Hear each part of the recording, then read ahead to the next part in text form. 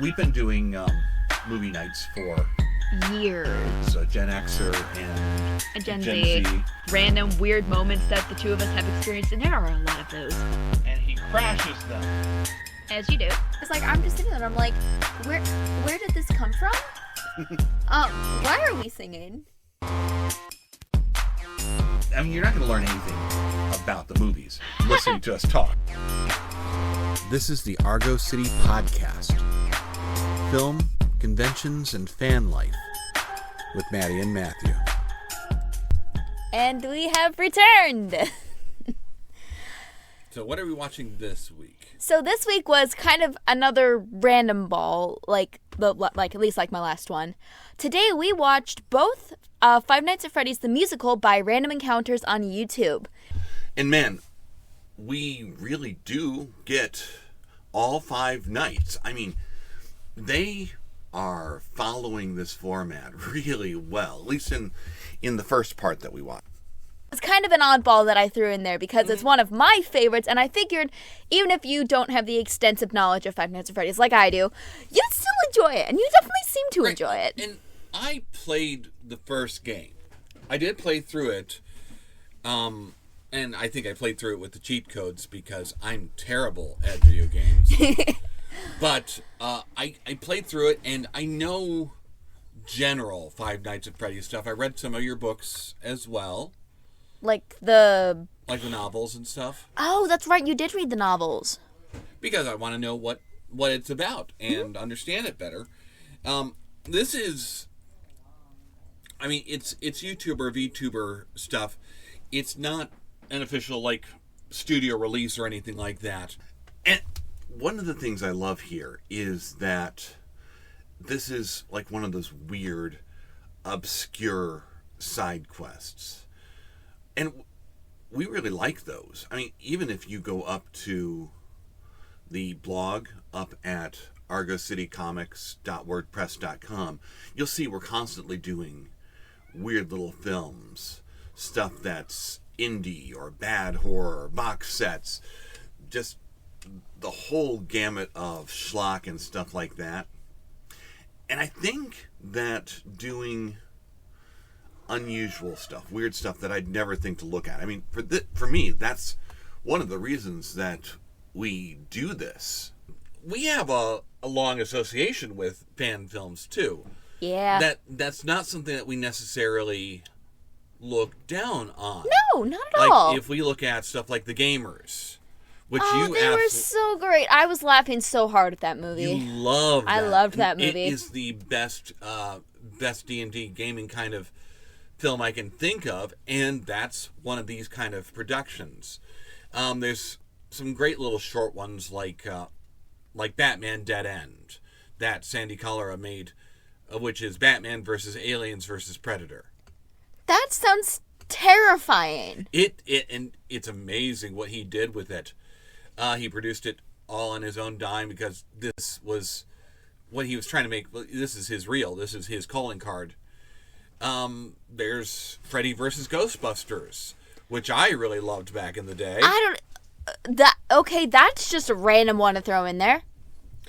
So the whole fan film thing, we like fan films, and sometimes they get this stuff better. They get it more right than the studio films were. So we saw the FNAF movie. Yes, we saw the live action one that they released. And I can't remember a thing about it except that Shaggy was the bad guy.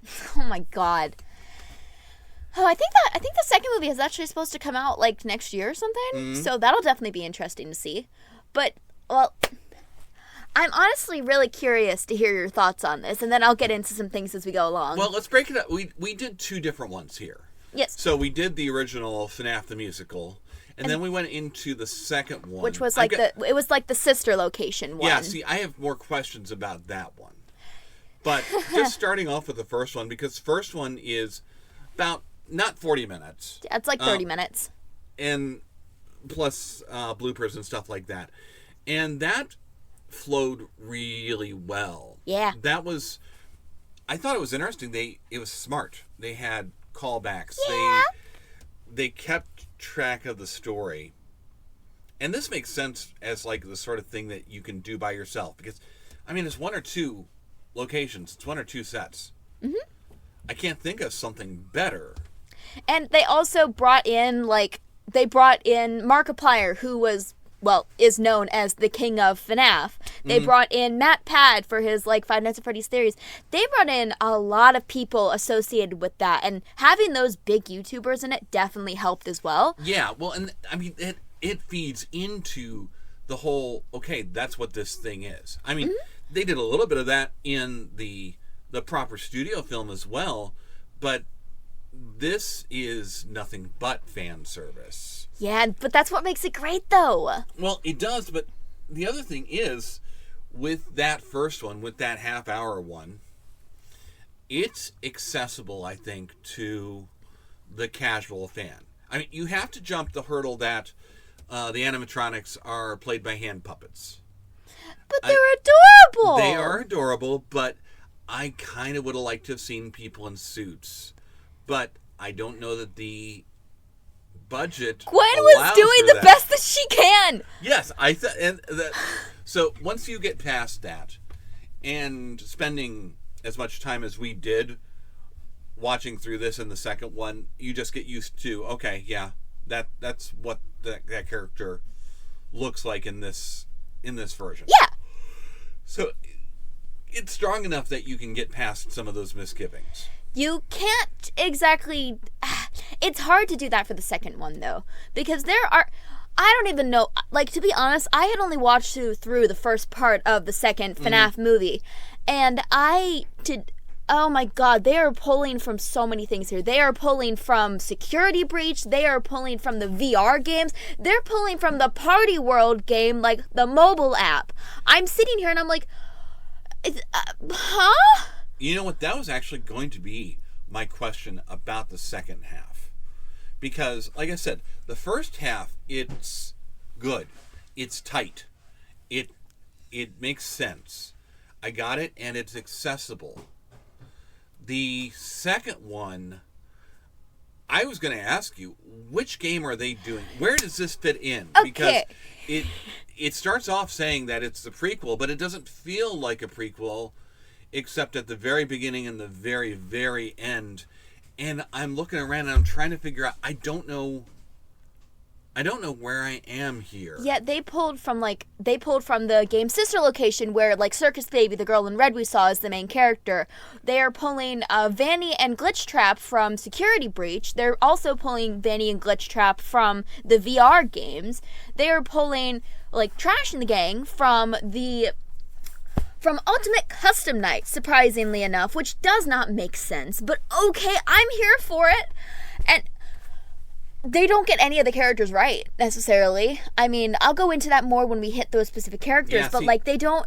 That makes it even harder for me, because I recognize the FNAF characters. It takes a minute, but yes, I know that's Chica, I know that's Freddy, I know that's Foxy, I know the pirate, I know, I get it. I don't know the rabbits.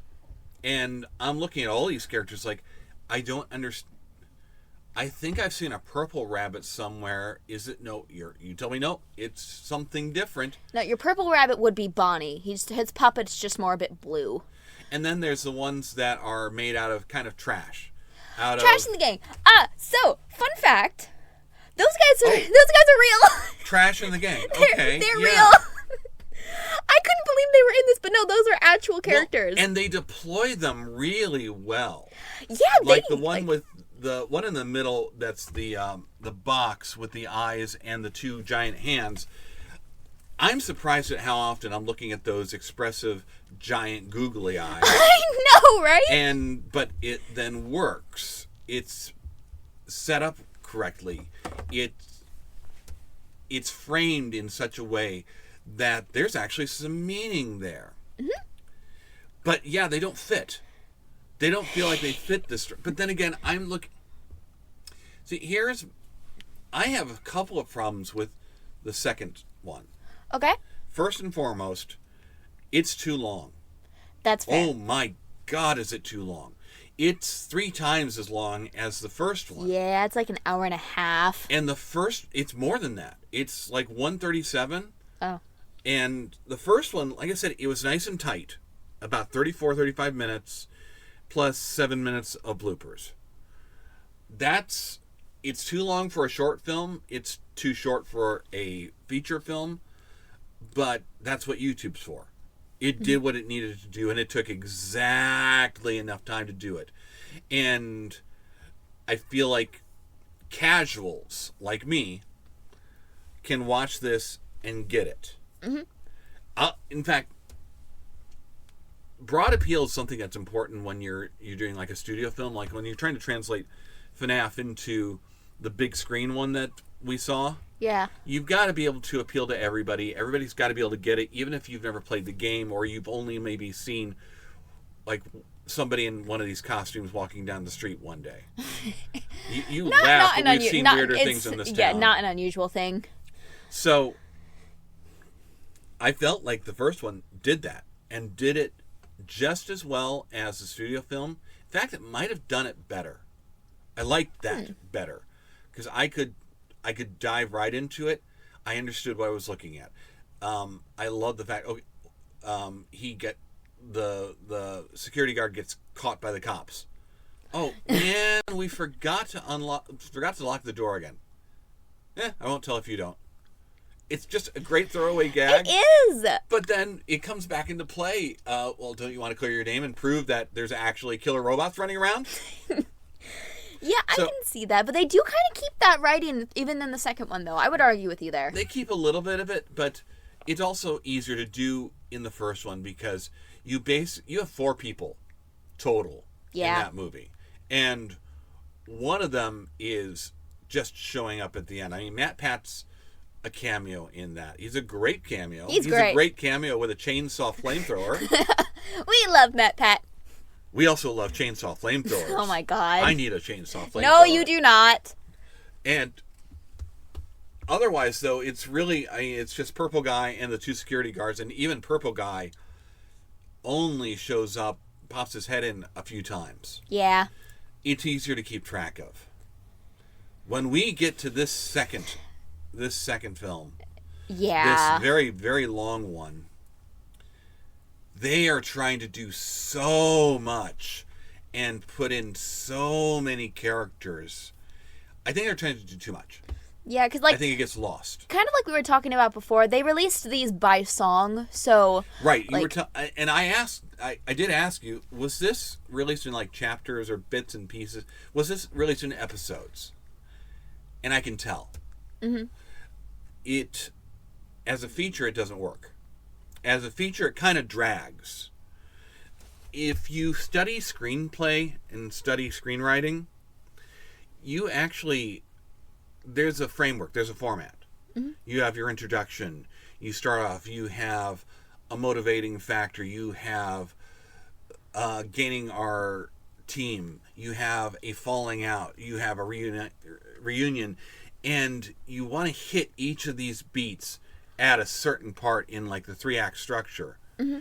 Not just because Hollywood says you need to, but because if you don't get that framework right, the whole thing starts to drag. Mm-hmm. And the second one really started to drag, and I was having a hard time. Who am I following?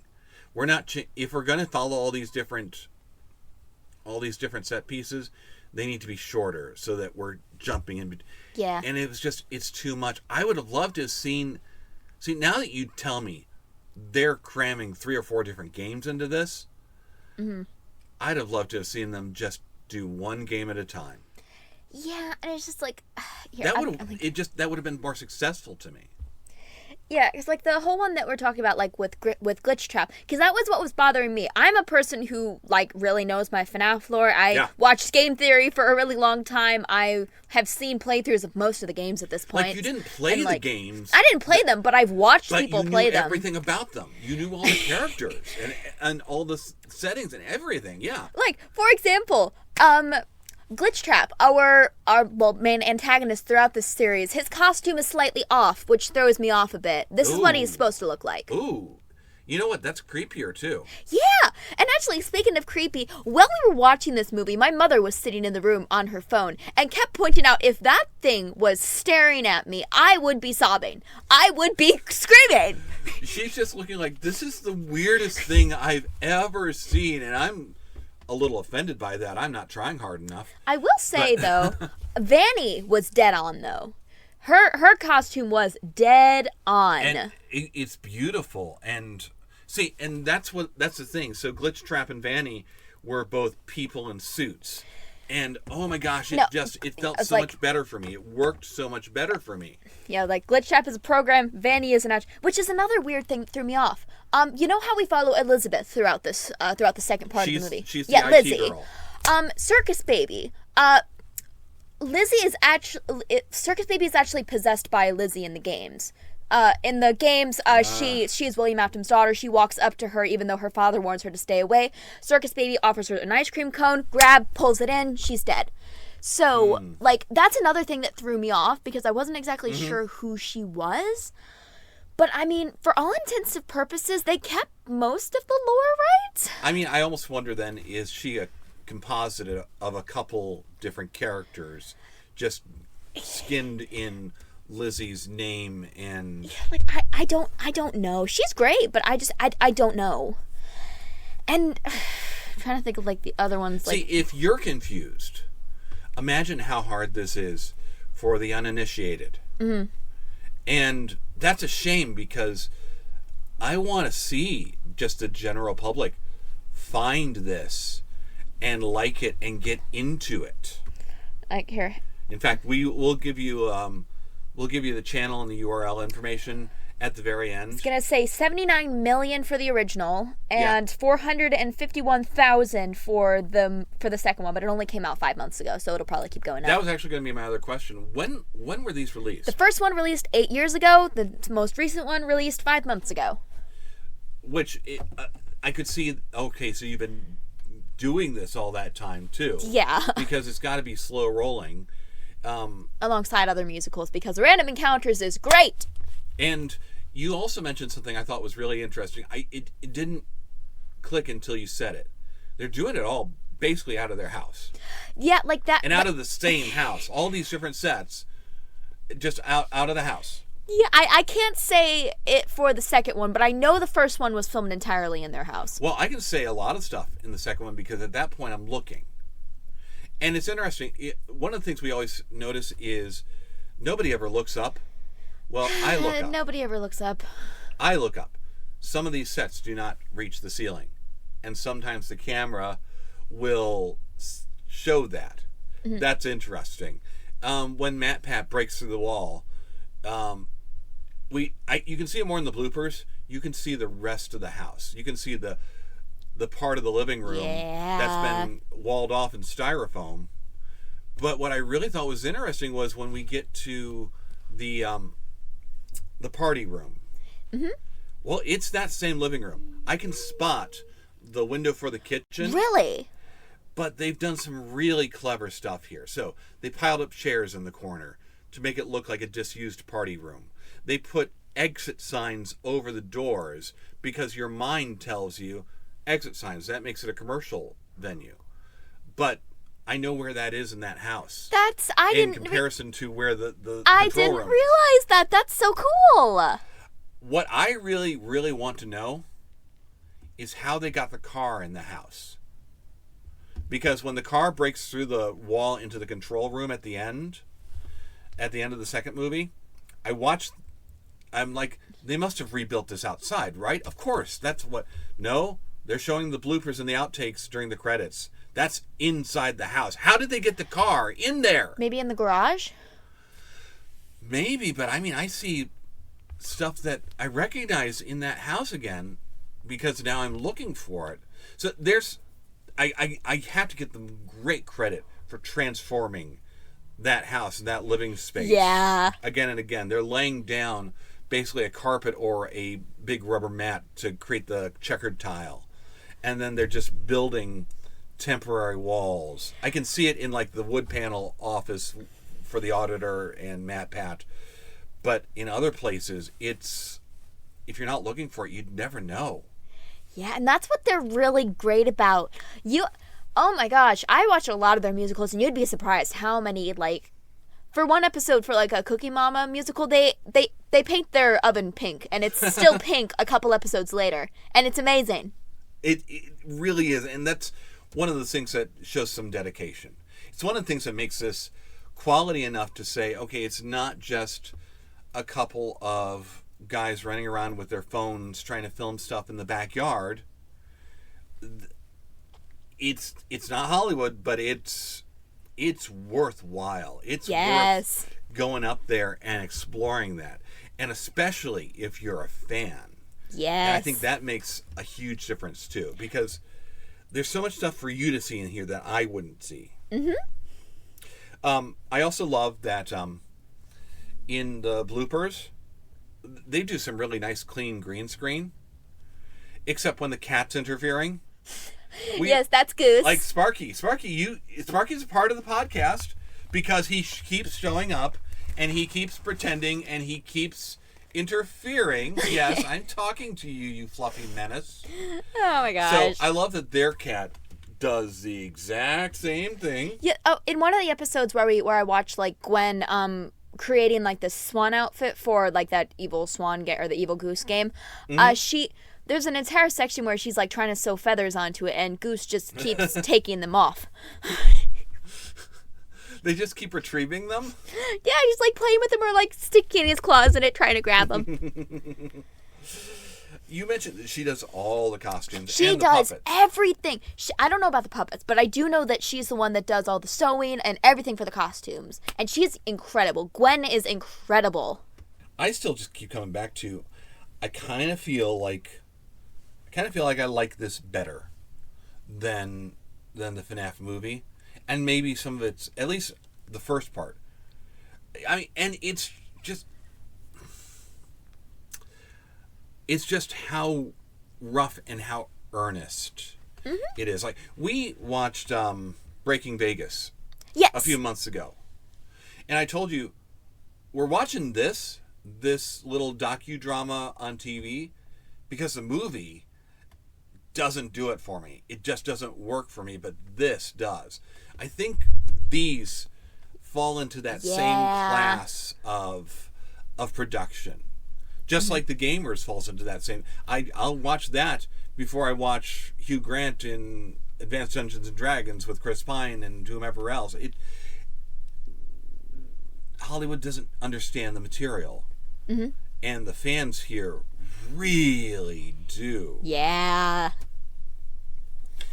Is there anything else that I was missing in like the lore here, in the gaming stuff here? Because like I thought that at the end they mention, okay, I will replace my kids with the missing and murdered kids from who are visiting. I thought that's all part of the first lore. I'm so Everything confused. about Glitch Trap is wrong. Glitch Trap was it's been such a long time. If I'm not mistaken, Glitch Trap he's like a rogue AI. He was created. He never had a body. He never had a body. His purpose is in the VR game. He is slowly in the game. You have this character named Vanessa, and he's like slowly corrupting her. We learn this through like audio tapes, and as he's like doing this, she's like slowly, because that's Vanny that we're following. Like Vanny is slowly getting corrupted, and she's like the one doing the deeds for him. Glitch Trap is just an AI. He's giving orders. He is mind controlling. He does body swap as well, which he does that in the end of the VR game. He'll body swap with you. Here. It almost sounds like Vanny's more important. And she that is. We should have seen a whole lot more of her in that amazing costume. It's more so like Glitch Trap, he needed to have more of a role because he is, well, I wouldn't say one's more important than the other. It's just that Vanny's doing the stuff in the physical world, whereas Glitch Trap is the mastermind behind it all. I wonder if we could have gotten something more like that if they had a good CGI animator. Yeah. Because they're using CGI packs that they've bought or found. We see a lot of it at the very beginning when they're opening up the sister location or opening up this new location, and it's clip art, basically. Yes. He is a rogue AI that was discovered by the beta testers for the VR game. So if they could have had somebody who made a model of it and could rig it, and then they just talk behind it, or even put that costume in front of a green screen and put a Matrix background, turn him into like a Max Headroom thing. Or just like do something like this, like just have the glitchiness around him. Oh yeah. This isn't an actual picture. This is But just I something almost feel found. like they didn't learn After Effects and the special effects overlays until late in the game, because we get some great glitching and great After Effects, although it's all on Vanny at the end of the movie. Yeah. We don't get as much of it throughout the rest of it. But I mean, it's just like it's a couple of guys, it's a couple of dudes, and it's this small group of people. It's a pretty amazing achievement for such a small group of people. Before we head out, tell everybody where to find this. Like, go up on YouTube, go up onto YouTube and search for Random Encounters. They have, if you have a fandom that is nerdy, they will have a musical on it. I guarantee it. They have some of the most random stuff on there, I swear to God. Anything from like Monkey Balls all the way to like Among Us. It's genuinely good music too. They're putting some real muscle and edge into this. So yes, find Random Encounters. Check out FNAF the musical. I mean, if you're a fan, go ahead with both of them. If you're just kind of dipping your toe into the water, maybe stick with the first one. because it's a great introduction and it's a great way to ease your way into the fandom, I think. Yeah. All right, I think that is about everything that we got tonight. So we will be back next week with a little something different out of the movie Box of Doom. Bye.